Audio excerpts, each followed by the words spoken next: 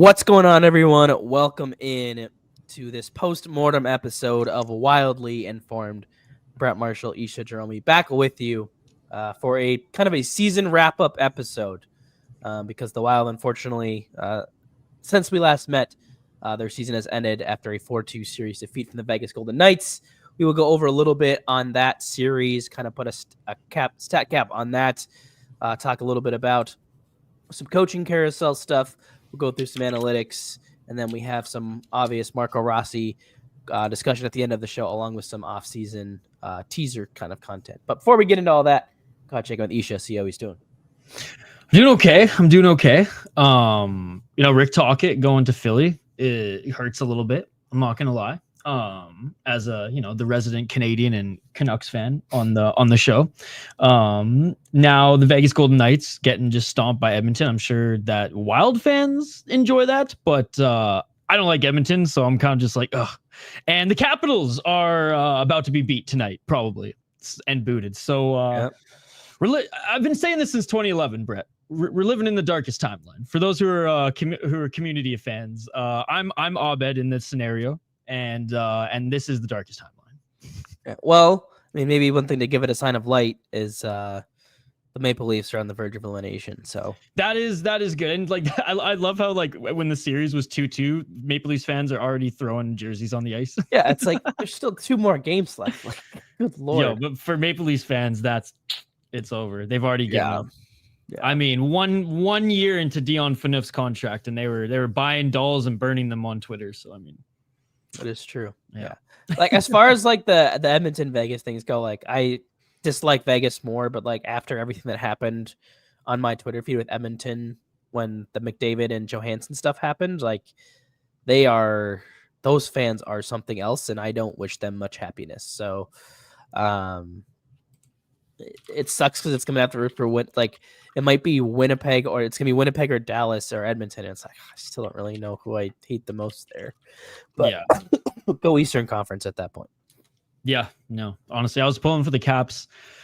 It's not like I like drank the Kool-Aid, but I was like, okay, they made it look pretty easy against Montreal. They made it look easy against the whole league at times throughout this season. They'll be able to at least hold their own. And yeah, no, no.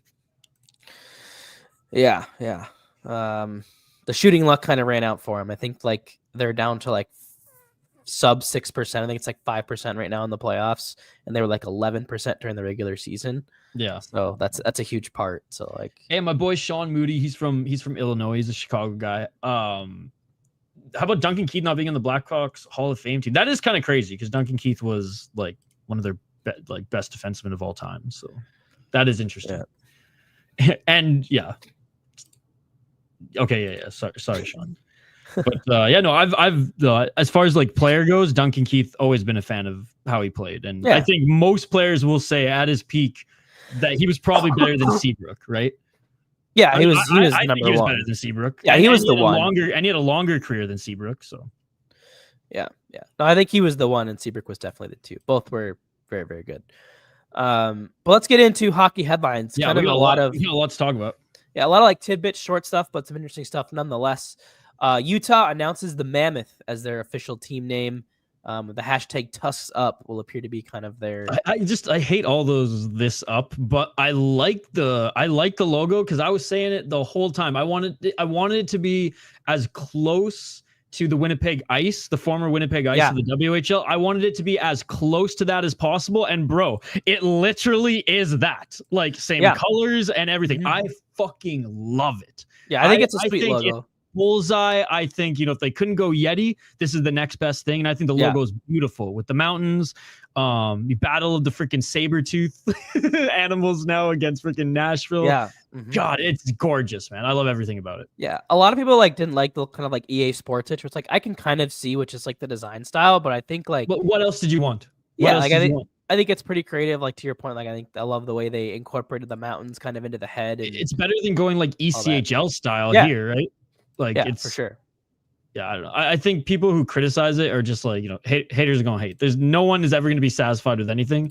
I think that's as good as they could have gotten. And I think, like I said, the Winnipeg, it's literally the same colors as the Winnipeg Ice. And it's, and for those who don't know what the Winnipeg Ice is, I can bring that up. They were a former WHL team with a similar type of logo. I know we'll get into some Rossi talk later, but since we're the chat's starting to get buzzing right now, we might as well take a couple of the comments. Brett, what do you think? How do I feel about the rumor Rossi for Dylan Genther? I haven't heard that rumor, but I'm not. That's like I'd be a player I'm not opposed to. Like he's a goal scorer. Like, and I don't want to talk about like too much, but like if that's the type of player that I think the Wild have to get back if they trade Rossi. Yeah. Britt James, it was broken last year when now the Frost, but the Minnesota hockey team won the championship. So there you go. Yeah. Should be Mammoths though, plural. I mean, we could go down a fucking wormhole when it comes to not only the NHL, but just team names overall. I think they all should be plural all the time, but hence we have the Wild. So there you go. Yeah. Well, I do think grammatically it should be Mammoths. Yes, but the logic is thrown out the window when it comes to naming sports teams. It's just the one specific Mammoth in Utah. It's the but that's the thing. Mammoth. Yeah, that's the thing. And if it was it couldn't be the Yetis because isn't there like just one Yeti? So maybe there's only one Mammoth left, and that is what the name is based off of. I don't know. Who knows? I don't know. I just watched, by the way, Stranger Things for the first time. Yes, I'm 10 years late. So I'm all about the freaking weird conspiracies right now. And yeah, they got the one mammoth left somewhere in the mountains. And there you go. I don't know. Did they show jerseys or anything? I didn't look close enough, but I don't think they showed jerseys, but like the concept I think is pretty clear. It's just probably going to be like a gunmetal or black and blue or I don't think they're going to go the blue heavy. No, not for the primaries. I think like an alternate. I think could definitely go with the light blue. God, the away, which and this is a whole other argument as well, but like I think white should be home 100%. So the away jerseys now are gonna look sick. This is gonna look so good in white. Yeah. Which is again why I think always home jerseys should be white because you should rep your colors on the road. Everyone else is repping your colors at home, man. Like I'm still trapped in the fucking 90s when it comes to that, but still. Yeah. I like most dark jerseys better, but there are a handful of whites that I prefer. Yeah. Like, I like the Wild Diverse Retros. Like I like this white one that they had first. I like that one better than the green one, I think. Yeah. Like I said, I just like the idea of repping your colors on the road. Yeah, so this was the Winnipeg Ice, right? Like which sick logo too. But like definitely like the same designer could have made it for sure. Yeah, no, for sure. I mean AI, right? Let's be honest. I sure hope they paid a real person. They totally paid someone for concepts and then ran it through AI because why would they pay anybody these days? Yeah. Let's be honest. The owners in Utah seem pretty cool, so who knows? But some other like kind of big NHL news: the New York Islanders won the draft lottery. Sharks and Blackhawks bump out to 2 and 3. Utah also technically won the lottery, but they made a new rule a couple years ago. They can only move up 10 spots, so they moved up from 14th to 4th. And then the Islanders won like the second draw and were low enough to get up to number 1. So, which that rule, by the way, is just smoke and mirrors. It was it can't be rigged because you only can move up this many. But now when a team like Utah gets it, it's like, well, shit, dude, like, you can't move up. So yeah, or let's make the Central Division even. Let's make the Central Division even deeper. Like, good lord, but yeah. So like very interesting. Like the Islanders, like.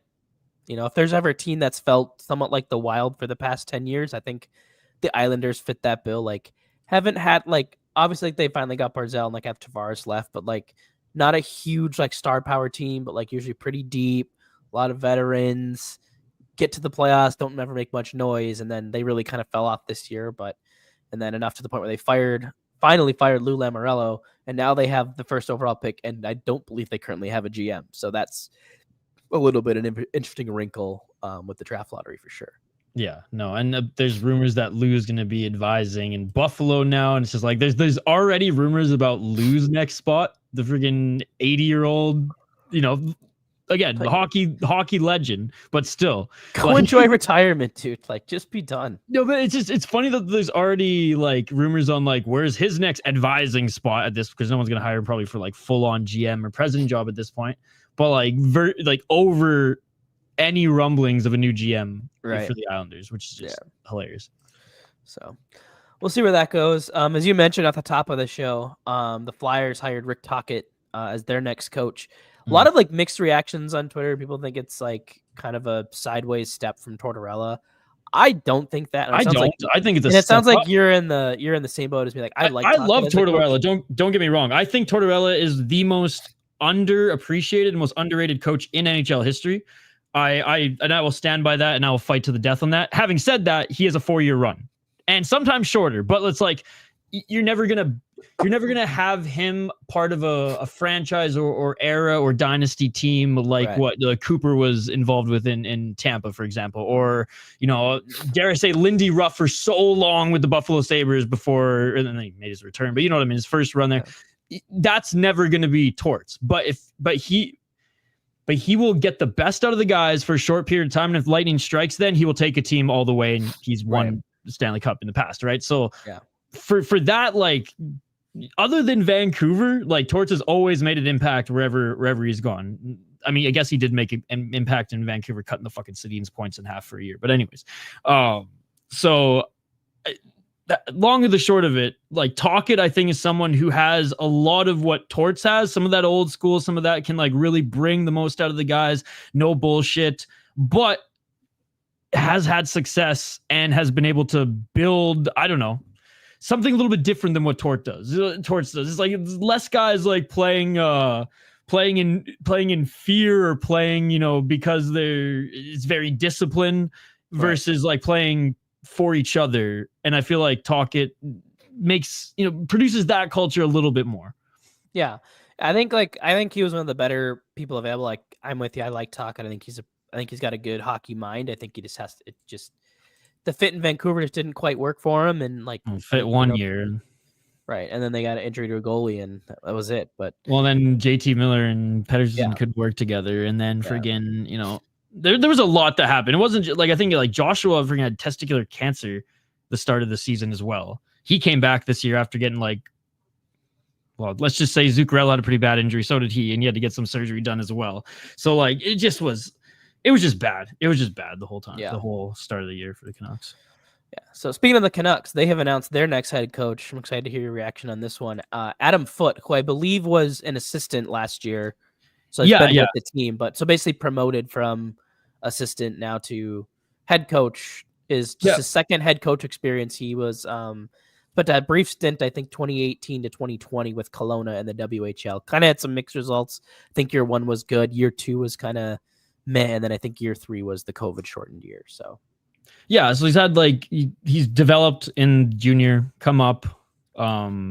I think it's a little haste for the Canucks to sign a head coach right now.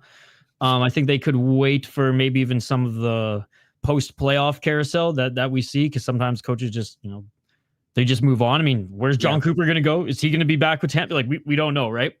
So I think it was a little quick. Clearly, the Canucks like their guy internally, and sometimes that's best because the Canucks have just been plucking new guys for a little while now versus bringing Travis Green was the last guy that they brought up, and he had a lot of success in the AHL. He did not have the team to have any success in the NHL, so I don't really blame him. And I know a lot of teams still value what Travis Green brings, and he's been interviewed quite a bit for head coaching jobs and things like that.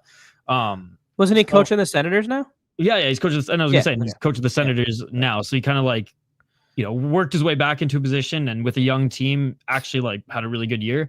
That's the only guy Vancouver recently has brought up internally, so I'm okay with it from that. But I mean, elephant in the room, look what's going on with one of his kids is in the NHL, and the other one was kicked from the NHL and now is currently on trial in that Hockey Canada sexual abuse case. So no, fucking distractions right now. And he only was with the team for, I don't know if it was as long as half the season, but there was a chunk of, it might have even been last season. Correct me if I'm wrong. There was a chunk of last season or the beginning of this season where he actually took a leave of absence to deal with familial matters, right? So maybe that's selfish for me as a fan to be I don't know if this is the right guy because there's a lot going on, but let's be honest, there's a lot going on. And if I was a parent, dude, fucking coaching an NHL team, I don't care how much money it brings, would be not first thing on my mind, right? Yeah, right. Yeah, I just like to your point, like the timing, which is interesting. Like with that going on, like to your point about like you never know what could happen with coaches getting fired once the playoffs are wrapped up. But nonetheless, decision made. And then a couple other ones to get to here still. The Rangers. This one wasn't too surprising. Hired Mike Sullivan as their next coach. Great signing. Mike Sullivan's a G. Love Mike Sullivan. Obviously coached some veteran Pittsburgh teams to great success, and I feel where that Rangers squad is right now is probably pretty similar to those prime Penguins teams that Sullivan led to some cups. So Sullivan was the evolution of Torts, right? He was Torts' right-hand man until he got his Pittsburgh job. He was, when Torts was suspended those like 15 plus games in Vancouver for trying to fight the Calgary coach, Sullivan was the coach for like 15 games.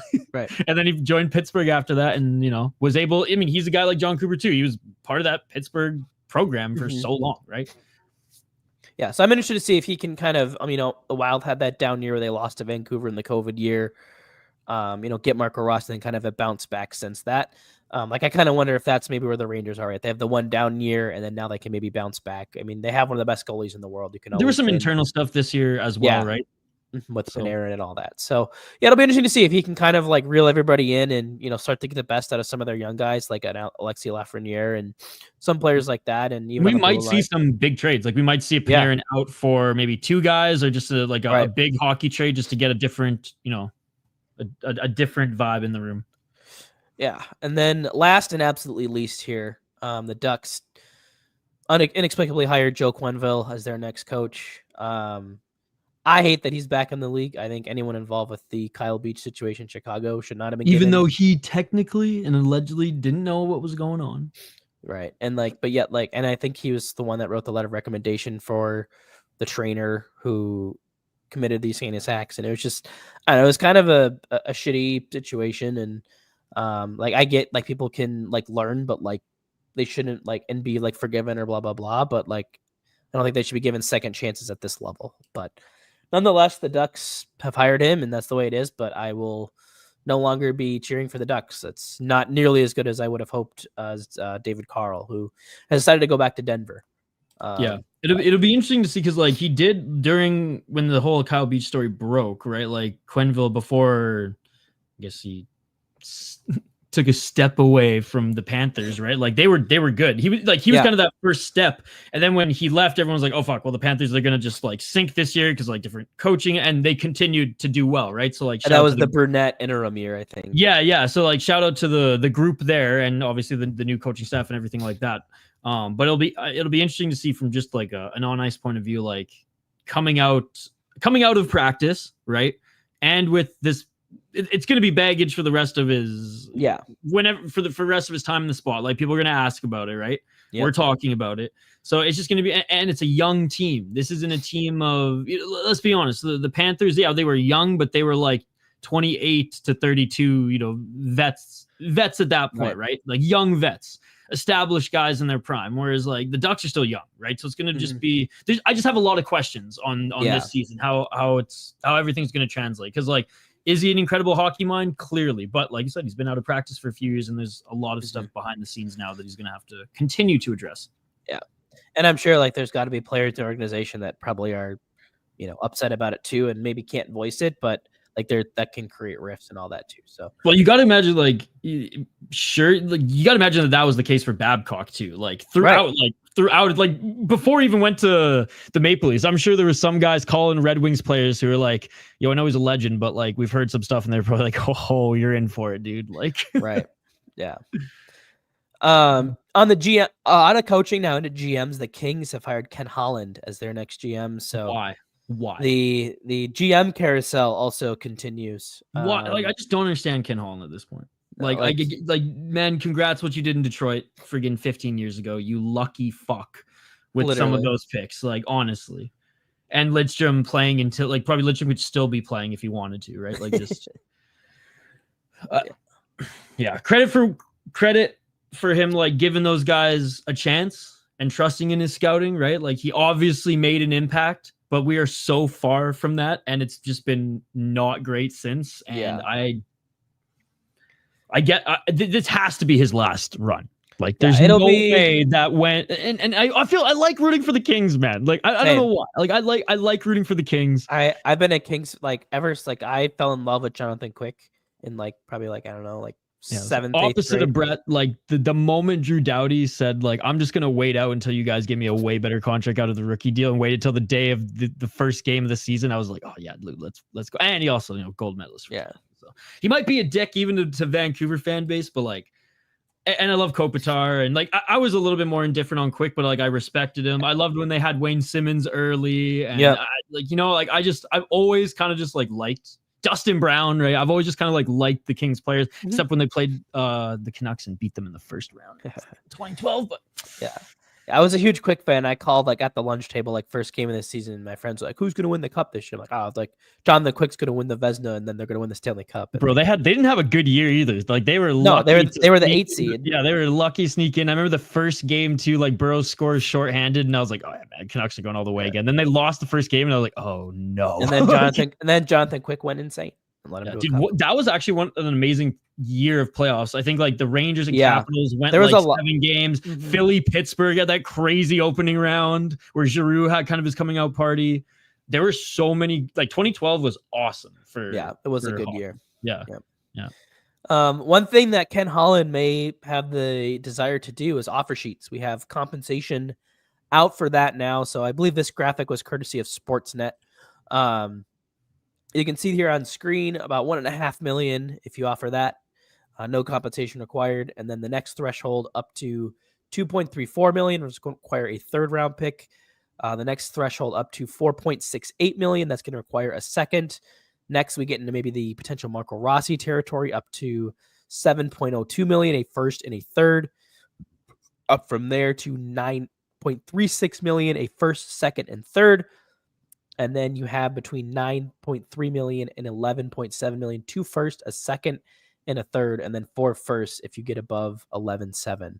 So, like the one thing that jumps out as you look at this, like the first, second, third round picks, that $7 to $9.3 million range, like that's essentially that's what they're getting. If he gets offer sheeted and he signs, that's what they're getting. Well, like right, like that's what Ross would get, but that's also like what they technically paid for Jiricek, and actually even paid a hair more. I think they gave up a 4th plus Hunt beyond that. So like better hope he pans out, because that's like they're basically valuing him as a first, second, and third round like offer sheet of that. But also I think they recognize, like, to be devil's advocate, that like Jiricek has a higher ceiling than Hunt, and they were like, if Hunt's never gonna play, let's dangle him with these picks. So basically, like, it sucks to say this, but it was like Hunt's value wasn't really part of that trade. It was like they just needed another defenseman who, like, I liked Hunt too, and I thought he would actually play this year in the NHL if he wasn't traded. But I think that's kind of how they viewed that one. Where it's like, this guy's a high ceiling versus Hunt, where we kind of got luckier than expected. Yeah. So definitely interesting. I think like the one important thing to remember is like teams can offer sheet at will, kind of, but like the player also has to want to go there. Like it's supposed to be like a mutual agreement. Yeah, the player has to sign, like has to accept it. And I think people forget that a lot of times. It's like, oh, like just offer sheet this guy. Well, like that guy has to want to come there and then agree to your contract. So yeah. But what I love is weaponizing the offer sheets, though, which we saw the St. Louis Blues do last summer, which was awesome because we don't see enough of that shit. And we're going to see more of it, Brett, when the cap goes up, right? Sure. It's just the league has been way too like chained up right now. Whereas like the friggin' the locks are going to be set free here soon within the next 4 years, right? We're going to see go up and up and up, which is going to be awesome. Does Rossi have arbitration rights? No, there you go. I do not believe he does. Did you see, like, speaking of the Blues, like they had like a pretty funny like troll tweet, like when it was announced the after conversation, and they had like they just posted like a meme. I forget specifically which meme it was. Wonder how back in the timeline it is. The Blues, they're pretty good on social media. Their social media person is pretty on it with the memes, and they're quick to stuff. Oh yeah, those are the screen. So they just quote tweeted like the offer sheet conversation with that meme. So that's like, awesome. That's pretty funny. So well, that's good. That's good. Yeah, who we coming for next? Edmonton. And for those that don't get the joke, is they grabbed Broberg and Holloway from the Oilers, and both had phenomenal years for them. Yeah, and I know a lot of people had their questions on Broberg because he was kind of like the high ceiling, low floor type of guy, and boy, did he show that. Like, oh, if I have backup around me, which let's be honest, Edmonton's defense, it's not right. Other than Evan Bouchard and Ekholm's good. Don't get me wrong, but Ekholm's getting older. He's not the prime Ekholm that was with Roman Josi in Nashville anymore, right? They're just. He can be sheltered and do his thing in St. Louis a little bit more, which is crazy to say because the start of the season I didn't give the Blues a chance this year, and they did have some lows, but in textbook Blues fashion they lit up at the end of the year. Shout out to Nick Leddy as well. Hey, once he got healthy again, they went on like their run there. I work with his uncle, so I hear about Nick Leddy every single day. Did he tell you about Cam Barker? Oh, good old Cam Barker. Everyone's favorite player. Who the Wild thought was more valuable than Nick Leddy? Great. Yeah. Nick Leddy's not a big Wild fan anymore. Let's just say that. Well, yeah, I would be at one point he was. Yeah, they traded him for Cam Barker. I don't know. Terrible. Look, man, kind of like, there's just those guys who continue to get picked up, who continue to play in the league. And there's prospects every now and then that like guys are always going to take a chance on until there's nothing left there. A la Yakupov, for example. Cam Barker was that guy. Like, I mean, Edmonton gave him. I'm pretty sure even the Canucks like gave him a PTO, and he at 1.2 like. I think he played the most with Chicago. Yeah, because that's who the Wild traded him to. Yeah, for like 20 games, and then I don't know, bounced around. Yeah. High ceiling, never even got close. Yeah. Speaking of former Wild players, Eric Stahl has joined the Sabres front office as a special assistant to the GM. So I've rolled my eyes, man, because the Buffalo Sabres need so much more than just a player who has no management experience at all advising them. It's like, bro, Pagula's clean house again and pay some actual hockey managers or management, right? Because this is getting insane. It's like, you need to run your NHL franchise like you run your NFL franchise. But that's the thing that comes down to it is the Pagulas don't give a fuck about the Sabres because all the money is coming in the Bills. And dude, even you care about the Bills more than like half of the people in Buffalo who at one point watched hockey. Like it's just all Bills. Like so. We have Josh Allen just needs to be the mascot of the fucking Sabres and we're good to go, right? Like, or honestly, this might sound crazy, and like we all know that they need like just a whole new culture, they need management, they need new personnel, but they also need like some of the freaking some of the Bills to like cross promote a little bit and like get in the ring or just something, dude, something to show that like our sports teams are also confident. You're not just like the stepchild that we don't care about, because I feel like that's the case now. And like, what a waste of a career for Dahlin. And like, there's no excuse. Like you had Eichel, you had Reinhardt, like you go through the list of players that they had and just fucked up the development, right? Like it's crazy if you go through the list. It's like 10 plus players. Yeah, it's a lot. Like even Tyler Myers, dude. They got rid of Tyler Myers too early too. Like it's just crazy. Yeah. Dude, no, they still could have built around him because he played well with the Winnipeg Jets and he's been fine. Like he's just one of the many players that they could have continued to build around, and they just like fucked up their development, shipped them off, and weird, they're actually good players. Just environment wise, it was horrendous. Yeah. Speaking of Sam Reinhart, he, Alexander Barkov and Anthony Cirelli named Selke finalists. So 3 centers out of Florida, the state of Florida. Interesting they get like 2 from one team, but they're that good. All relative, I would say like those are deserving. I never thought he'd get there, nor I thought he should be there, but Marcus Foligno like probably should be like top 10 in that conversation for how good he was. Masterton, so like the most like resilient player, like kind of comeback player of the year type of award. Those finalists, Marc-Andre Fleury, Gabriel Landeskog, and Sean Monahan. So 3 pretty good ones. I think I like all 3.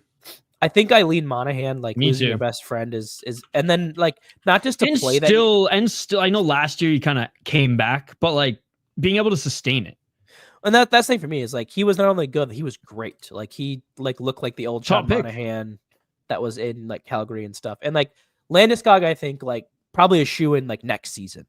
Yeah. Like if he comes back, plays a whole year, and like because like I think a lot of these are supposed to be voted on. I think they are voted on before the playoffs, and like Landeskog at that point still hadn't played. Mm-hmm. So I think he's very and like don't get me wrong, I love Fleury, but like the guy's just old. Like Yeah, no, I'm glad that he was a but, finalist because like his story was awesome this year, and he had a really good season. Like it wasn't like you're just there and you got shelled. It was like, nah, man, like he came in and like helped this team win, which is awesome. Yeah, so I think like it's cool to see him there, but he should not win over either of those. Schmitty, you're one of us. One of us. Yeah, well, more on that shortly. And then Leon Draisaitl, Connor Hellebuck, and Nikita Kucherov named Hart finalists. Unfortunately, not Kaprizov, who very likely would have been here. He'll get there if he stays healthy. He'll get there if he stays healthy. Yeah, so all deserving, I think. I mean, obviously, it's easy to have recency bias because of the playoff performance, but to me, my vote would have gone to Hellebuck, but he was that good. Last thing, you can't let the playoffs cloud that because it's season, right? It's not playoffs. And they vote before the playoffs, I believe. Yeah, so so prevent that. Again, I'm okay with all three. Yeah. I think I'll give this. I'd give maybe the slight edge to Draisaitl because he really especially when McDavid was out, he really.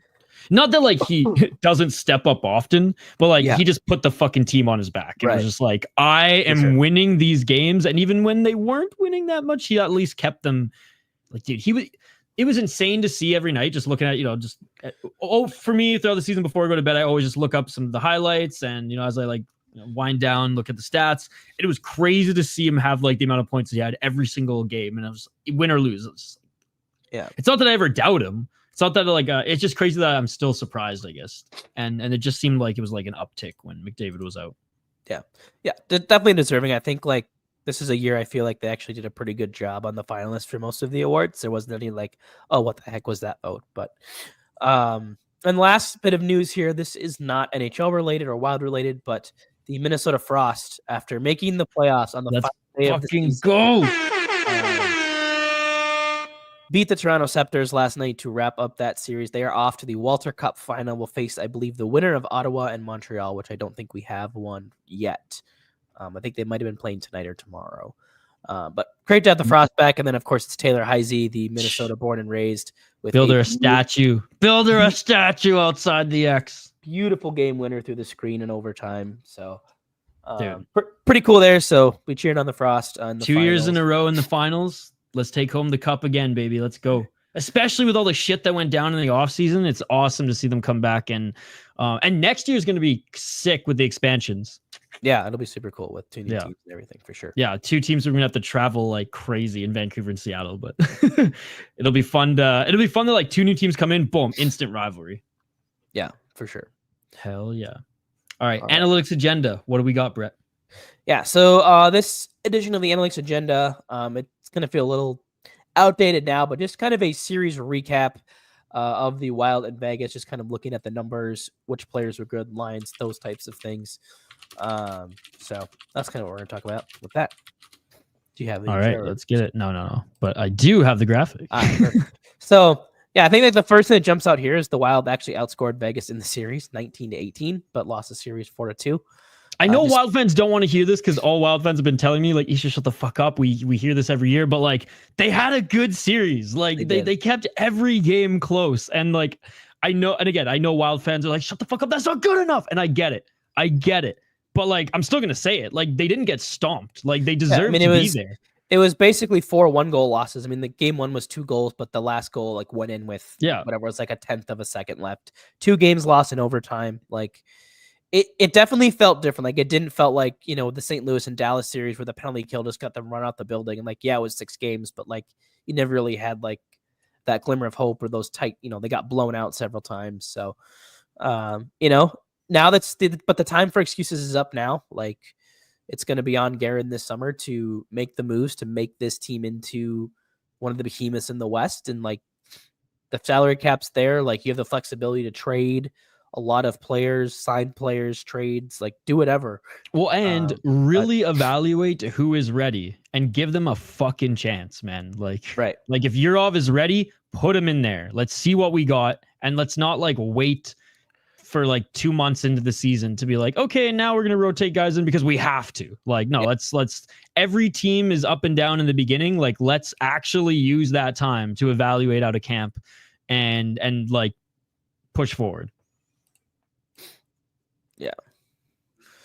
Yeah, and I think like the other things that like kind of jumped out at me from the series summary were like there doesn't really seem to be any surprises. Like Kaprizov, Ekboldi were like the very clear top 3 players there, the driving force. They got some really good secondary contribution in the series from Foligno, Hartman, and then Rossi got points on the 4th line too with diminished minutes. So like, let's not forget that. Like his trade value, as much as Hines wanted to diminish his trade value, he didn't. Yeah, and like you look at like having 3 points in 6 games, like that's not bad for like your first postseason. It's like, but he had like 3 points in like probably like 50 minutes of ice time. Yeah, that's what's crazy. Like he made the most of his time out there. So interesting situation. Obviously, Gustafsson, we talked about, he was great. Finishes the series with 1.78 goals above expected. And then the other thing that wasn't very surprising to me is I thought you said Gustav there. You're like, he's great. No, he was terrible. But like no one on the defense really popping, I think, and that one was not surprising to me. Like the Wild did spend a lot of the time defending. I mean, albeit a lot of it to the outside, but I think that was kind of a difference in the series. So we didn't maybe see the defense getting up in the play as much as we would have liked. You know, Jake Middleton, the leading point getter on the blue line this postseason with 2 assists, and I think they're both like secondary assists. So would have maybe liked to see more from the blue line, but you know, I think what I think though is like you said there, like Faber was busy defending. Like he didn't have time to do anything because like they were doing a really good job. And you said like shots from the outside that they were blocking, stuff like that. But like a lot of this series was who's going to win that neutral zone battle for me, right? And whoever was able to set up 3, against 2, 2 against 1, at least they got the chance because both of these teams really like, and this is how Vegas won. I feel like this team were like neck and neck, right? Like unstoppable force, a movable object the whole time. And then when Vegas pushed forward just a little bit and the Wild cracked even for like 2 to 3 minutes, they capitalized on that. And that was, take that analogy to like the neutral zone. It was like these teams battled and sometimes it was sloppy. Sometimes it was like back and forth. Sometimes it was like get to the blue line, lose it. But whoever cracked and actually gave up some space and were able to set up, even just for 2 plays, even just for 1 cycle, even just for 1 shot, that's the team that had the momentum a little bit for the game. And for the most part, this series, it was just neck and neck. And then Vegas would just have that little bit of an upper hand in the game for like 3 to 5 minute stretch. And they always seemed to like capitalize on that. And that's what ultimately hurt the Wild. Yeah.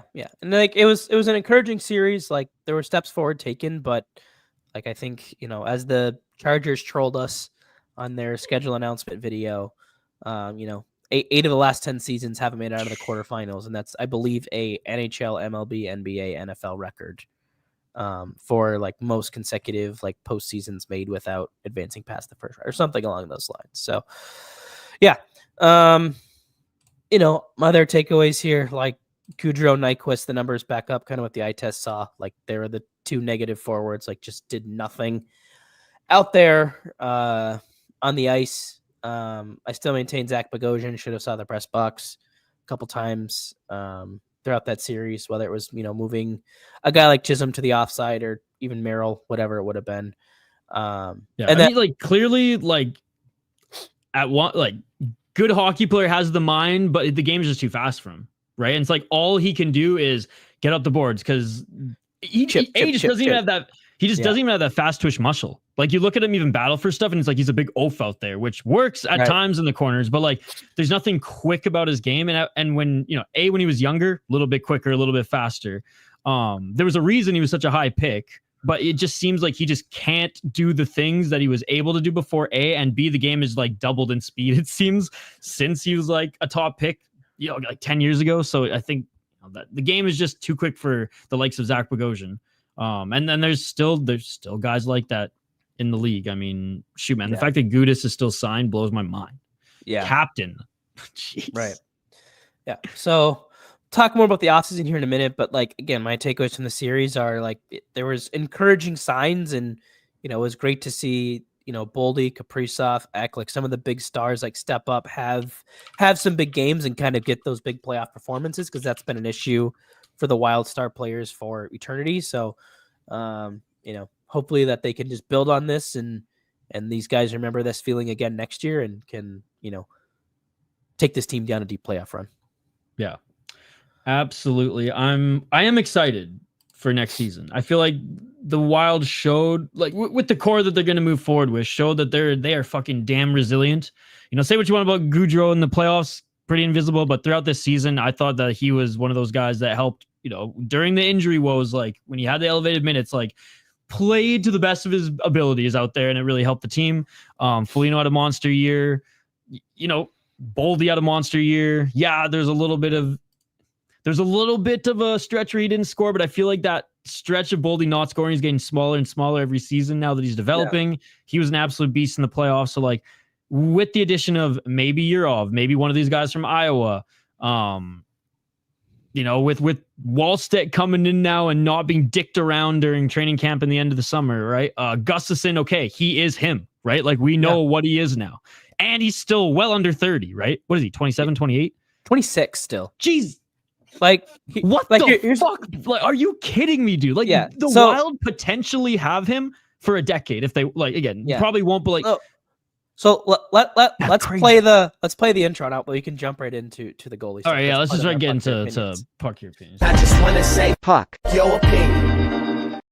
So I didn't really write it this way, but to your point, I think there's maybe a little bit rightful panic, especially coming into the season that is Wallstedt ready? And people throughout the year of what if Wallstedt's not, this true number one? It's it's okay. Because we have Gustafsson. I don't know if you read the Russo article today, but he quoted Fleury in the article saying Fleury believes he's one of the best goalies in the league right now. With his dude, other teams and I have friends in Vancouver who I still talk hockey with all the time, and they're like, dude, this guy, and I was like, I know.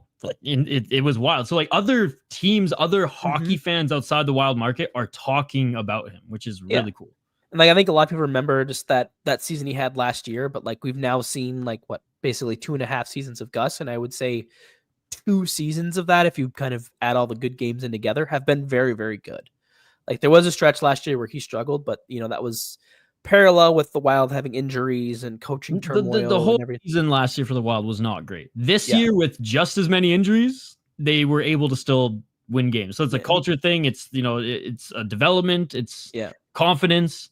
So, and if Fleury stays within the organization as some sort of advisor or whatever, I think that's going to help Gus. Which it sounds like he will. Yeah, because he said the kids are going to stay in school in Minnesota and we're going to go to Quebec in the summer, but we're staying here. So there you go. Yeah, which is really cool. And he is extension eligible this summer. There you go. So I think it's tricky for the Wild because it's, what if he regresses again? Can we overpay him? But at the same time, I think 7's fair. I mean, Markstrom got 7. I know we're a couple years, but goalies contracts aren't going to. Yeah, I want to say Evolving Hockey had him projected, I think, on a 7-year deal at 7.5. Yeah, I'm fine 7.1. So Russo said it'd be rich for him, but I think you look at the cap going up and that's probably roughly equivalent to 5-ish million right now. Or maybe Markstrom got 6 when he signed. Yeah, it was something like that. So yeah, okay. So you prorate that. 7, I think he proved it. I think 2 out of the 3 years he was great, not just good. And then the year that he wasn't, you can't put all the blame on him. Yeah, and then you have Wallstedt. If all of a sudden there's not pressure for him to be this immediate dominant number one, it's hey, you can now be a really solid backup into that. I think that we talked a little bit about Hellebuck on the last show, just him getting worn down in the regular season. If you could have a solid number 2 that can play 30 games a year, that's just as important as having a guy who can then really lead you in the playoffs. But yeah, and I don't agree with how it's worded, Schmidt, because I think Fleury was far from washed up given how he looked this year in the limited time he played. Obviously, I think the limited time didn't help his stats much. But again, if you just look at the stats, I don't think that tells the whole story at all when it comes to Fleury's season this year. Having said that, he's old, so I think Wallstedt coming in confident, actually going to be given the role that he was promised. last year. I think that's an upgrade. Do I think Fleury's necessarily washed? Like this year actually proved. Last year, if you would have said that, I'd be like, yeah. This year it proved like otherwise, right? It's like I don't want him on the team. I don't think he would thrive playing a full year. Not being the relief guy, but I think he proved us all wrong this year, which was awesome. Yeah, I do think that said, like, Wallstead being an upgrade, like that's the hope, I think, for sure. But I think there's still, you look at maybe a little bit of the regression he had in Iowa. Was that a Wallstead thing? Was it just that team wasn't off? That team was horrible type of thing. I think this year was all of the above, dude. And I think I think it's somewhere in the middle. Joe Smith too, and he said that like he just had a bad mindset this year too, and the coaches said that like he was just hard to deal with this year, and he admitted it in his post-year interview and stuff like that with The Athletic. He was like, "Yeah, I was not the easiest guy to deal with this year. I was in my head this year. I was pissed off this year." Like, and towards the end of the year when he kind of shed all that, oh look, he actually started to play well again, right? So again, he's a young man. He's what, 21?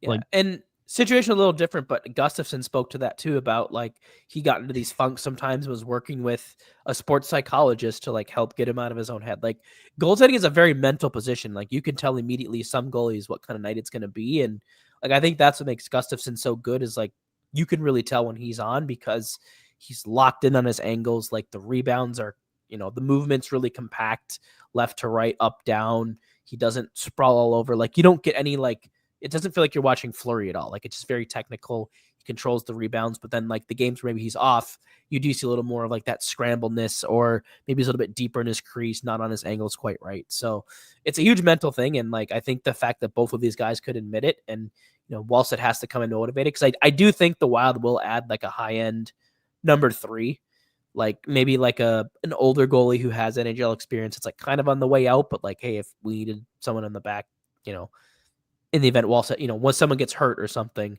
or Wallstead, does struggle a little bit. Man, hopefully that Levi, the Finn, finish, right? Hopefully he pans out. He's like Czech. I think he's Czech. He had a or maybe Slovak. Anyways, one of the two. I think it's one of the two. Anyways, he had a hell of a good year, and like he came from again QMJHL and then played 2 years pro overseas, right? So again, like overseas, it's not the NHL, but it's pro, right? Nonetheless. Slovakia, by the way. Slovakia. Okay. So he came in, with major juniors, so North America experience, spoke English, and played, a year and a half, 2 years pro already. So he came in with already like been there, done that. None of this is new and exciting for me. I'm just, I'm in North America now, but it's still same old shit. And he did really well this year. Given, Iowa's season as well. And he's a monster. Apparently, like not only just like in size, but like an athlete as well. Like they 6'4", 218. He broke the Aerodyne in the tests in whatever it was, junior camp or whatever. Yeah, he was breaking our machines. He was going so crazy. Yeah, finished the year in Iowa 14-14-4 with a 285 goals against and 904 save percentage. So pretty solid. And then not to be overlooked, he's playing right now. He's pretty much earned his way as Slovakia's starter at the World Championships, where he's 3-0-0 with a 167 goals against and 929 save percentage. Dude, that's what I'm saying. Let's home grow this guy. I have a good feeling. I have a good feeling about him. Yeah. So like maybe if they can't find a third, or if like the injury bug is real, like he might see an NHL game this year, and I would love just to see if he's got it. Yeah, I'm right there with you. Like I think he's a good I think like the more listeners don't forget about, I believe Levi is how you say his name. Levi. It is not spelt that way, guys. Not even close. Schmitty, you know what? I would love that. I'm not confident that if I was his agent, I would say, dude, do not sign a 5-year deal. Especially given what goalies are getting right now. Yeah, dude, get that security. Yeah, we're kind of at this crossroads where the best goalies are all locked in long term. Yeah, the Horned Ducks, there's no way he's signing a 3 or 4 year deal. 5, I think, is far-fetched. There's no way in hell he's signing essentially a bridge deal now. This was the bridge deal, guys. He just came off the bridge deal. Yeah. He is making the goddamn money. He's signing, and that comes with this at least 6, and it could be 8. Let's be real. So be prepared for that. Yeah. Other things, I think the topic that maybe a lot of people tuned in for, sorry that it took 51 minutes to get here. Hey, we've retained the same homies for that long, so it means we're true. somewhat entertaining. Yeah.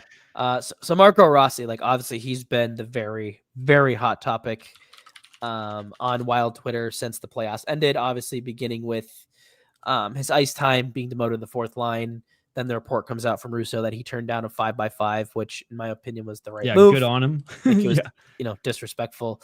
This isn't a playoff team where you have to take a pay cut right now. Like if the Wild made it to the Stanley Cup Finals, that's another story. I actually wish that that was the case, because that would make for an awesome. Okay, is it worth it at this point? Because maybe the Wild are going to load up a little bit more. But anyways, we're not even there, not even close.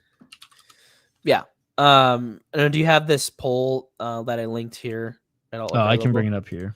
Perfect. So I wanted to just kind of start the conversation around. So I put in a couple threads that I wanted to peek at just to kind of assess what people think Rossi is worth. I think, like I said, I thought the 5x5 was disrespectful. He was a guy this year that if Rossi wasn't on the team, this team does not make the playoffs. If you think back to how many empty net goals and late game heroics, the fact that he was able to stay healthy. So I put out a series of polls. The first one here was, what would you pay Rossi on a bridge deal? So 2 to 3 years, $5.5 million. I think that's where I would fall to in a bridge. I would maybe even go up to 6 or somewhere in the 5.75 range. But everyone's kind of in that 5 to 6 range, which I think is about right for what he should get. If you go lengthy, if you go on the next poll there.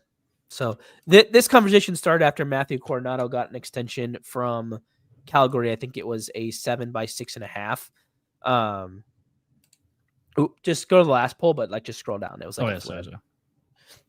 But that's all right. But it was his long term, what you would pay him on a 7-year deal. I think I would have that's a number I've struggled with, but I think it'd maybe be a little over than 7. Yeah.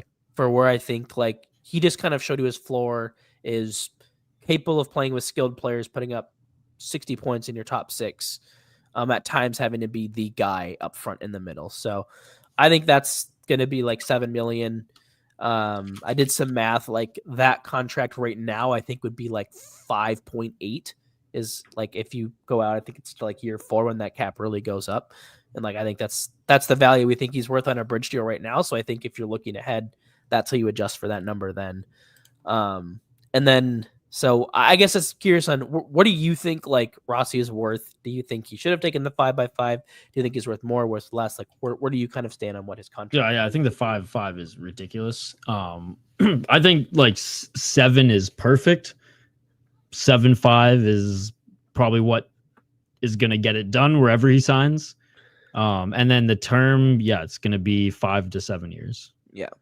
And again, the comparables are there, right? It blows my mind that a guy who, he didn't play full 3 years with the Wild, but 19 games, only recording assists, whatever. Goes back to played the majority of that year in Iowa anyways, and actually was point per game. So, okay, there, you check 2 years in AHL that are essentially point per game, right? After almost dying. Missing a year of development. Yeah. After having a tremendous junior career in North America, coming from freaking Austria, okay? So already that's okay, there's a check. There's another check. Almost died, came back, boom, already played well as an undersized pro, check. And then a full rookie year, 40 points. Second year, 24 goals, 60 points. And mind you, 2 years, both these years, 2024, 2025, the Wild were decimated with injuries, and the kid still produces. I'm sorry, he's deserved $7 million. He's deserved, the 5 to 7 years. And I think that's that 6 is probably a little bit low, but okay, that's fine. 5, it's no, man, there's defensemen who don't even produce and who are fine defensively, who make $4 to $5 million, right? No, right. This and kid is a top 6 player. And beyond that, hey, they said, hey, we want you to stay in Minnesota this summer, work on your skating, prior to last season, misses his sister's wedding to make sure he's here training, did everything this team has asked him to do. And I don't know what else he was supposed to do. Was game 1 for him against Vegas a little rough? Yeah, but it was his first playoff game, and his whole line was bad. Foligno and I think Nyquist were on the line with him that night included. The whole line was bad. It wasn't just a Rossi issue. And so like, and then for him just like, yep. And the leash was just pulled immediately at that point. And like, yet Freddie Goudreau, who was, we talked him up all season, like advocated for him, wanted him to be around. And in fairness, because he showed us that in the season, and it's just he's awful in the playoffs. But the fact that like, you get to this post game or this post series press conference is like, well, Hartman played, so we had to get him up in the lineup. Well, like, sure, but like, what about Freddie Goudreau? He was horrible. Yeah. And like that just seemed kind of ignored. And that's what really Freddie Goudreau won some face-offs. So I mean, no, he didn't. He was like 30. I said some, Brett. I said some face-offs. He was 37% in the dot. Like just awful. And then I had another series of polls because it just seems like Bill Guerin is going to do what he can to try to get Brock Nelson here. Yeah, I shared them both in the chat, by the way, guys. So go vote. And like this poll was like, this one was kind of like, I was just curious, like first did it for my own sake. And just like their numbers this year were very, very similar. Rossi had 60 points. Nelson had 56. Both productive on the power play. Both scored some clutch goals. Nelson slightly better on the faceoff dot. Rossi better possession numbers. Nelson 4 points in the playoffs. Rossi had 3. Nelson didn't score a goal. Like they're very similar. And to me, like I believe Brock Nelson has one career season with 60 or more points. I think it's one. I just don't get why they want to go after a guy who's like clearly entering, Well, that's I don't want to say the decline, but like he's this might be his last year in his prime. It's like why are you investing in this guy? Right. And like, are these two players similar right now? Yes. And like my follow-up poll to that was like, which of these players you rather have? Brock Nelson wins that poll 52.1 to 47.9. So essentially a 50-50. And that had 436 votes. I had a follow-up and I said, would you expect these players to make similar amounts of money next season? Both are pending free agents. Brock Nelson is going to make $7 million somewhere. He will. I would rather Rossi have that money. And 83.6% of the voters, so this is a blind poll, I didn't say who was who, 83.6% of the voters of 286 votes said that, yep, I would expect those two to make the same amount of money. And then my final follow-up to that was, does your opinion change if, one player is 23 and one of them is 33, going to be 34 at the start of next season? 94.9% said they'd rather have the 23-year-old. Yeah. So I mean, and again, like say Brock Nelson was 29, 30, that changes everything. Because like, okay, you got 3 to 4 years, barring injury, of being a 60-point guy. With Rossi, it's like you got 50 to 60 points in the bank and more. Potentially, right? Right. So I guess what it comes down to for me is like, if it seems like Rossi is going to be traded, that is what's going to happen. Okay, so he had 2 seasons with more than 60 points, 75 and 69. He stays healthy. I will say that, like, that is an important thing. Yeah. But Rossi stayed healthy too, and Rossi's played through some injuries and has been okay. Yeah, but obviously, he's big. He plays penalty kills. Like there are a couple things that he does that apparently Guerin covets more. But like I just think, and I get it 3 years ago if you're getting a free agent, right? But a guy who like you're gonna get 2 more good years out of, if that. Like I think by next year he's your third line center, and you're right back to where you're okay. We have Eck, and now we are struggling to find this number. Maybe that's your off. Like I hope it is your off, but I don't think you can bank on that at this time. And like for me, like at this point, like. I've accepted I don't think Marco Rossi is this untradeable asset. Like I love Rossi. I want to see him succeed. I would love for it to be here.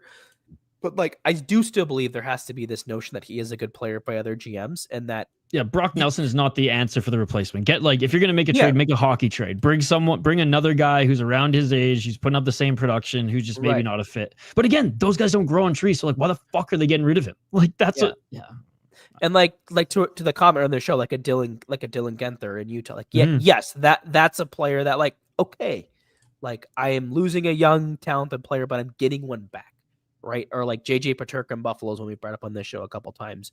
Russo throughout, I don't know if Minnesota can acquire him, but that Minnesota also has interest in Tage Thompson. Like that's a type of player I'd be interested in. Like even if it's not Rossi directly involved, but like if that's the player that's brought in to fill his role. Like you have to have a top 6 player like under the age of 26 with room to grow to pay that money to. It cannot be a 34-year-old Brock Nelson. It sounds like Brock Besser saying he wants like 7.5 to like 8.5 million. Like I'm out on that. I think Well, I mean, Brett, what else? Like, you think he's gonna get less than that? He literally is coming off a $6+ million. Yeah, deal I know, now. but like I'm probably out on like that number at the thing though, Brett, look, I'm indifferent to Brock Besser comes here. I just want him to go somewhere that he can continue to score, so my rookie cards with him can get more value, because that's all I give a shit about at this point. So he's going to make that anywhere. And honestly, though, any free agent the Wild are going to bring in the top 6 is going to make more than $7 million. So just correct. Be able to stomach that, guys. And Swerve, what the fuck are you talking about? We have Eriksson Ek, dude. You literally have size at center. Yeah. So we'll see. Dude, Corby, I just wish Byfuglien like played for the Wild instead of Winnipeg. That would have been awesome. Would have been. Now he's just fishing. He probably still could play, but now he's just fishing. Yeah. So, I mean, they have room. They only have 8 forwards by my count, officially under contract for next season. Kaprizov, Boldy, Eriksson Ek, Zuccarello, Hartman, Foligno, Goudreau, and Trenyan. And then, obviously, Urov seems like he'll be in the mix. Ogren will certainly probably be in that mix as long as he's not part of a bigger trade. Then you have either Ross or his replacement. So, like, if you count those 3, you have 11 of your 12. So there's room for a couple other players in there, probably at least one unrestricted free agent, maybe Rossi's replacement. But are there any other names that are like speaking to you free agency wise? Nelson, Besser, Nick Ehlers is the one that I like a lot. Ehlers is the big one, but like again, he's gonna command a hefty payday. Yeah, like Bennett's interesting, but I think at 29 you're gonna probably have to overpay for him, and I don't know if I love that, because like he's one of those players where like, if he gets to age 33 and can't have that edge, that nastiness anymore, like, is he going to be worth what you're paying him at that point? I don't know. You're Marner getting him in his prime right now, though. So even like, Yeah. I feel like Bennett's the kind of guy who like, he wouldn't sign necessarily 7 years. He might sign 4. And then it's like, we can get Bennett for 4 years. Like that actually, you know. I mean, Marner. Some of those, like Marner's going to want to sign another big deal, right? But like the Bennetts of the world, the Bennetts of the world, sometimes they hop around more. And again, it's just historic. You see like those type of players play for more teams because they can, I don't know, sometimes even in a diminished minute role can still bring that, right? And then so like maybe this is his biggest contract, but his next one he might sign for a pay cut, but still go to a Stanley Cup team. I don't know. I'm trying to think of other players. Like for some reason, like Max Talbot comes to mind, but obviously he's not even close to the same like skill. But like you know what I mean. Those type of guys you bounce around and give that little extra edge for playoff teams in a bottom 6 role. Yeah. So I mean, there's some names out there. Trade wise, like I think like it sounds like the Wild have some interest in Buffalo and some of their players. It's Paterka, or maybe it's a younger guy like a Kulich or whoever, or if it's a Thompson, I think that's great. But again, like I think someone pointed this out on Twitter, like what reason? I think it was Hoppy in one of our group chats, was what reason does Buffalo have to grab another small forward? They have a lot of them, which is just fair. But you never know. Defense, like this is kind of thing that's like interesting to me because they technically have 7 that are under contract between Brodin, Spurgeon, Faber, Middleton, Bouillon, Jiricek, and Bogosian, but like Spurgeon, I think, has a 10-team no trade. I believe Brodin has a no trade protection. So, like, I don't like. Will they be actively shopping them? No, but if there's a big trade that comes across, like Buffalo, all of a sudden says, "Hey, Brodin and Rossi and something else gets you Tage Thompson." Like, maybe now your ears are perked up on something like that, right? But, like, I wouldn't be necessarily opposed to that. But again, it's what do you replace that player with? Like, Brodin is great for the 50 to 55 games in the lineup. Like he's irreplaceable in that sense. But when you're filling that role, Spurgeon was too coming off injury this year. But it's just like those are the guys that I wouldn't be surprised if one of them was gone this year. Yeah, like I think if and then the next one the next year or the year after, right? Like I think it's going to be Spurgeon, but like it very well could be Brodin too. Like I don't know. Like if Guerin really wants to shake things up and like make a mark and send a message in the offseason, like I think that's one of the areas where things could get a little bit spicy, right? Because like up front, like you could maybe trade a Ryan Hartman whose value at this point maybe at an all-time high. Maybe it's a Trenyan buyout. Could you move a Freddie Goudreau? Sure, but like I think trading, a top arguably 3 defensemen on your team, like that would be interesting. But I'm not saying that'll happen. Other players in the mix in the blue line, They could always look at bringing back John Merrill as a 7 on a cheap deal. Same with Declan Chisholm. I think if I were Chisholm, I'm going somewhere like a San Jose where I'm playing top 4 minutes because he can play that role, and like maybe taking like a 2-year deal to kind of like, hey, look at me, I can play in a top 4 role to go get my next and then when contract. San Jose pops in 2 years and actually, again, not going to be a Stanley Cup team, but like are competitive, then it's like, oh shit, okay, I'm actually with a decent club here. Yeah, but I think he should go somewhere he knows he's going to get ice time, whether it's top 4 role, top 6 role, because I think he's good enough to play in that role. And like, as much as I'd love Chisholm to be with the Wild, like I just don't know why he would agree to being the 7, or like a, hey, in case Zeev Buyam's not ready, you're our next man up kind of thing. Like I don't see him taking that role. Maybe he does, but I think he can get a full-time role somewhere. Merrill, I just great person. I'm sick of seeing him in my Wild uniform. Please move on. Yes, it's the Merrill experiment is done. The Merrill experiment is done. Okay, we got a couple comments here, and then we'll move on too. Corby asked, do you think they'll look for a two-way center or more offensively driven player? I think they're going to see what they have in Yurov first. I think they'll look a little more offensively. Like I think if Hartman and Goudreau are your 3 and 4 Cs, like you're probably okay with that. And I think they have enough forwards like Foligno, whoever else that they may add, like where they probably are confident in the defensive abilities. They could use a little bit more, like a complimentary second line center, like maybe, I don't know, maybe a 23-year-old that get like 60 points or something, to go behind Eriksson Ek. Right. Zero interest. Tyler Bertuzzi. Zero interest. He's washed. Well, I didn't even know what he did this year. How well did he do? Was he hurt? Because I don't even remember hearing his name. I know, that's the thing. Oh, he was with Chicago. That's why. He had a pretty good season. Actually, he had almost a career high this year. 46 points, 23 goals with Chicago. Still not interested.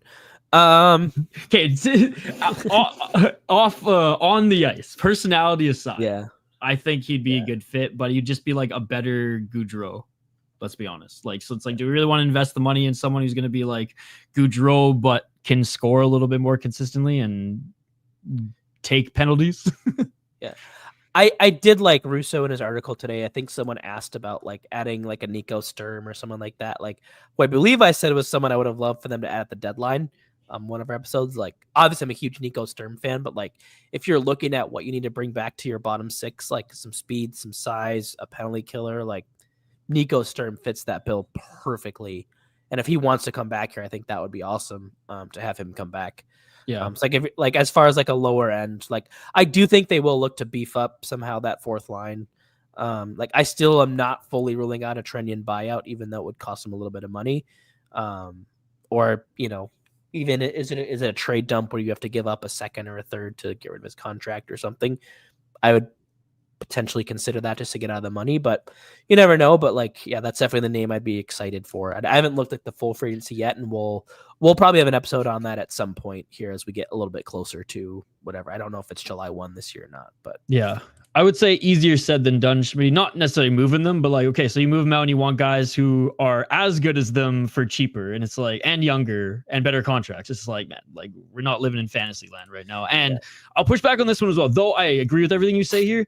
The Buffalo is a big question mark because they cannot keep putting out these same guys. I don't care how fucking young they are. They can't because they're losing. So like, I think the reason why people bring up Buffalo, as unrealistic as it is, they might be the most wild card team of a shakeup because like they have to make changes. Do I trust the Bagulas to do it? Not necessarily, but like I feel like, and again, this is just should, and maybe I'm living in fantasy land here, but I feel like they should be taking every fucking call.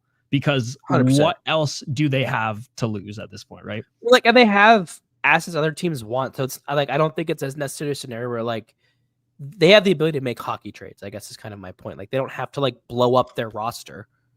Yeah. So. I agree with this though, Ralph. Like I got into it some the other day, like about like, would you rather have Trenyan on your roster right now for 4 years at whatever the fuck he's making, or Brandon Duhaime at like 1.5 million. Duhaime was so good with the Capitals this year. And now, you know what sucks is like, he's their fan favorite now. He's no longer ours. He's theirs. And it hurts. He does everything that I was told Trenyan does, and he does it better. Like he does have a scoring touch. He fights better. The room loves him more. Yeah, he's got some offensive upside. When the Wild penalty kill was actually good, he was a big part of it. Yeah, I mean, and now he gets to partied up with Ovi and the boys. Yep. God damn. They won't be partying tonight because they did officially get eliminated. Hurricanes beat them 3-1. Well, as we know, the Hurricanes are gonna get murked in the next round because they always just tease us and then absolutely fail late. So it is written. It is written. What else we got here, Brett?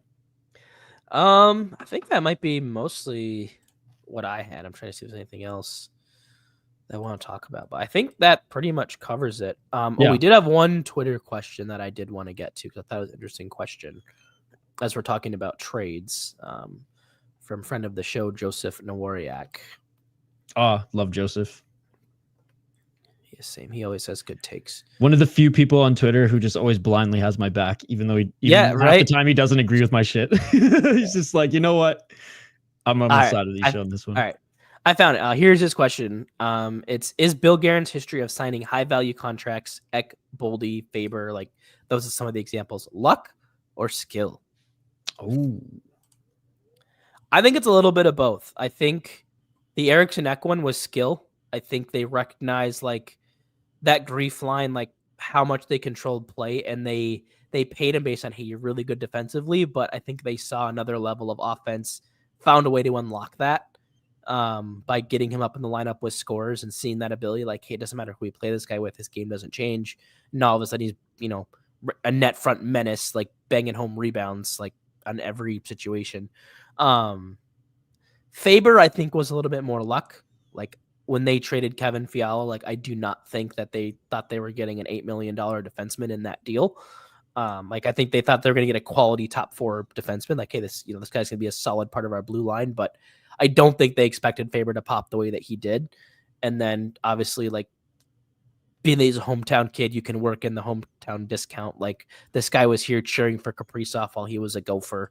Like he wanted to play here. Like, so I think there was some more luck involved there. Boldy to me somewhere in the middle.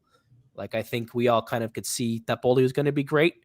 And they just luckily, the timing was right where they were able to get out of the curve, give him a 7x7, which at the time was a pretty like fair deal, but now look like it's going to age like it is a steal. Like I still don't get the Boldy hate from the fan base, but like I think his playoff performance will shut that. Yeah, I hope so, because they all need to shut the fuck up about it. Like, oh yeah, one of the only guys who scored this year and actually did so much when he wasn't scoring, but didn't score in 3 games, so fuck him. Like that was literally wild Twitter this year. But anyways, no, I like that. And again, I think I think I even replied to that and I said, it's pro sports. It's always a little bit of both. Like, yeah, no team does it all on just the analytics or the eye test. It's, you got to have the third part of that pie is luck. Right. And it's a big piece. It's a big piece. Yeah, for sure. So I think that was, that was the last thing I had, unless you have, no, that's it for me. I know we'll be back though, like sporadically. Like we'll probably have, if there's big news that comes out and around Stanley Cup Finals times, we'll do an episode whenever there's something. Brett will hit me up early week and be like, "Yo, we got something going here," and we'll do it. So you'll see us sporadically around the summer. I'll be back with some Sota Pod episodes every now and then. I'll be covering the Ice Wars in a month live here and just doing some episodes and bringing on some of the fighters and hopefully we'll bring on the matchmaker as well and talk a little bit about that. I was going to cover a little bit of the Capital series a little bit more closely, but they just made me sad. So in this next round, I'll probably I imagine Dallas is going to take out Winnipeg. So maybe just in like kind of a troll fashion, I'll just cover the Dallas Stars on this channel since they're basically the Wild anyways. Sorry, not Wild, North Stars. But we'll see. I am going to cover a few more playoff games and then aim to cover the whole finals with, the whole cast and crew on the Sota Pod, whoever wants to jump in during the shows, or like maybe Z and Hoppy do one, but definitely going to cover the finals. Next round, it'll be a little sporadic. Maybe I'll dive into both the teams or both of the series, but long and the short of it, we will be covering. We will be doing a few more live streams before our big draft stream, which Hoppy and I sat down. Brett, we're getting that all planned out, and then obviously later in the summer we have our whole prospect ranking show with Brett and the former Sound the Foghorn boys. So a lot of stuff still to come this summer, guys. The Sota Pod YouTube channel, which you're watching this on right now, we have videos that we are posting every single day. Z and Hoppy are still going strong. Joe and Hoppy are going to go till the end of the playoffs. So a lot of content still for you guys. Yeah, it'll be fun. It'll be back. This is, I think, the fourth or fifth annual now. Won't be quite as exciting unless the Wild, if they acquire a first in a Rossi trade or somehow trade into the first round. Because I feel like we're just there for everything, and the Wild portion is just like the cherry on top because like we're Wild based podcast. But it'll make it more enjoyable because I won't be stressed. Like, I'm not going to be freaking out. I know as Booyah I'm going to drop to them. Well, that's the thing. Next year's is going to be even crazier because it's the McKenna draft, which bro, like. Well, I'm so excited to see where he goes, where he plays next year. If it's going to be Michigan or like some Euro League or something, because he ain't going back. That'll make the lottery exciting. But I mean, at that point, once the lottery's over, you know where he's going. But yeah, but it'll just make everything fun. I don't know. When there's a big name in the draft like that, it just gives a little extra. Like no one gave a fuck about the Nugent Yakupov drafts, but everyone gave a fuck about the McDavid. I think this year's kind of be the same. Like there isn't really a consensus number one yet. Yeah, which might be fun for us nerds because we'll have Mateo half into a Northland bottle, not talking into the mic, yelling at us, "This guy's really good. This guy's really good." Yeah, or like because I think is it Hagens that's the Long Island native that's like could go first. People are like, well, will they take him because he's the hometown kid type of thing? So, which I mean, they may need that storyline moving forward. What days? I need to make sure I mark that off on my calendar. Yeah, no golfing that day. No, it's usually during the week, so I usually don't have an issue with it. I'm just saying, it's been so nice lately that. Oh, it is a Friday, June 27th. That works. Has it? It's not. It wasn't. It's not usually Friday. No, Friday, it was on like a Thursday or Wednesday last week. It being on a Friday, that makes things interesting. Yeah. So then you can have a little more fun. I'm moving soon in my new space. Actually, I got like a whole other basement. Let's go. Where to? Still the cities. Okay, nice. A little bit more east, but I'm like in Wayzata area right now, like end of Plymouth Wayzata area. So like moving a little bit more east, but a little bit like northeast, but still like nice 20 minutes away from everything that I need. So yeah, that's perfect. So I'll potentially be able to host. We'll see. All right. So the new roommate is a big hockey fan. So like Brett, I walked into the house and he's wearing Milwaukee Admirals jersey. I was like, either you got that at a Value Village to work out in, or like you're a hockey guy. He's like, oh yeah, I interned with them. I'm like, all right, sweet. Nice. Yeah. He found out I was a Vancouver Canucks fan. Told me to get the fuck out. Told him I run the Sota Pod. He's like, I listened to the Joe Smith show. You can stay. All right, there you go. There you go. Last year's reaction, dude. I felt like the last two reactions. Right, I guess not the last two, but the first one we did, and then this one when we got Rossi. Yeah.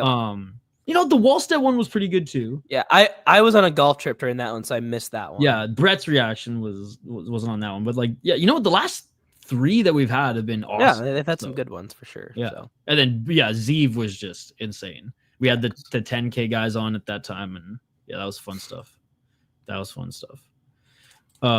Each if you break an arm, will it cost 10,000 or 23,000 built in this state? Bro, oh, fuck. Oh, let's just say always round up. Always round up. I'm not doing any mountain biking right now for a reason, bro. I'm not close enough to Manitoba or Ontario. But soon we'll get that Primo USA insurance, baby, and then I'll go and break arms and legs again. Yeah. I'm actually scared. I'm doing a jiu-jitsu tournament this summer, and I'm actually legitimately scared. I'm like, fuck, I should probably just upgrade my insurance. Yeah, would not be the worst idea. We'll see. Anyways, Brett, fun season. I know like the show is not done. We'll be back. It'll be sporadically, but it was good to reboot a show with you, my man. It was fun. Yeah, I just want to thank everyone who, whether this is your first episode or I don't know how many we've done of this show, but however many 25. If you've been here since day one, and thanks for listening in, and hopefully next year we'll continue to have a lot of good things to talk about, and be able to bring you some new insights of some kind, one way or another. So I had a lot of fun doing it and looking forward to what's to come, because hopefully, we should be entering the best years of the Minnesota Wild. So that should make podcasting more fun, but fingers crossed. Yeah, man. Up and away. Thanks to Brett for bringing me on his show. Thanks to all the listeners. Like I said, we're not going anywhere. We're just, taking a little bit of a break. We'll be back sporadically. The channel's still buzzing. The audio feed's still buzzing. We will still bring you guys content throughout the summer, just not every single day, which we have been on the audio feed and the YouTube channel. Although we'll still have clips and stuff coming out on YouTube for you guys all summer. So appreciate you guys. Brett, I know you're almost without a voice, but last word goes to you. Yeah. No, thanks for tuning in. And I don't know when we'll see you next, but when we do, see you then.